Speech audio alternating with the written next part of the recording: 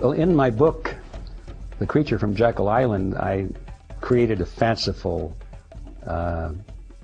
scenario called the Rothschild formula, and it was an explanation of why the international bankers participate in financing both sides of wars. Now, I made it very clear that I doubt that this was ever spelled out, certainly never written by Rothschild or any of the other bankers, but the ones in that banking fraternity understand the rules of the game pretty well nevertheless.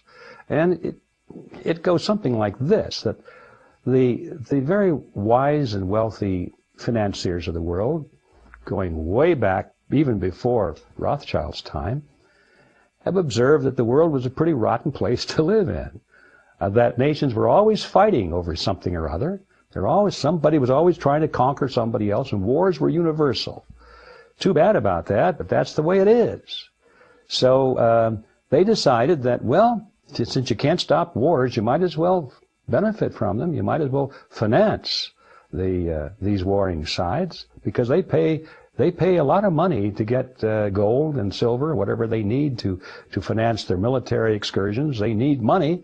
So we found out, that we bankers, that if we loan money to them, that we get paid back. They don't question what the interest rate is, because they're fighting a war.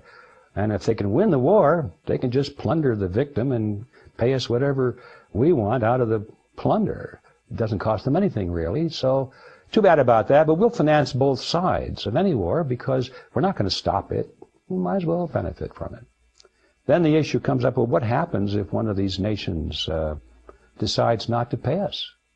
What are we going to do about it? Well, that's a problem.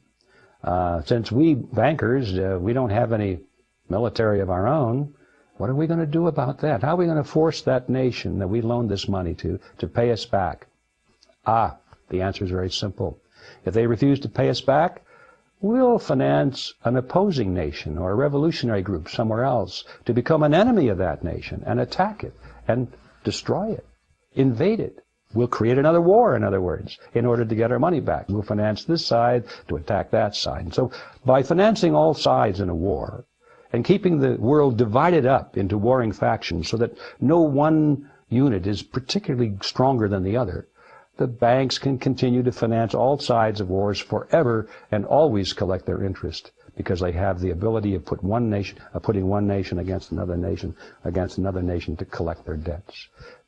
In a nutshell, that's the Rothschild formula.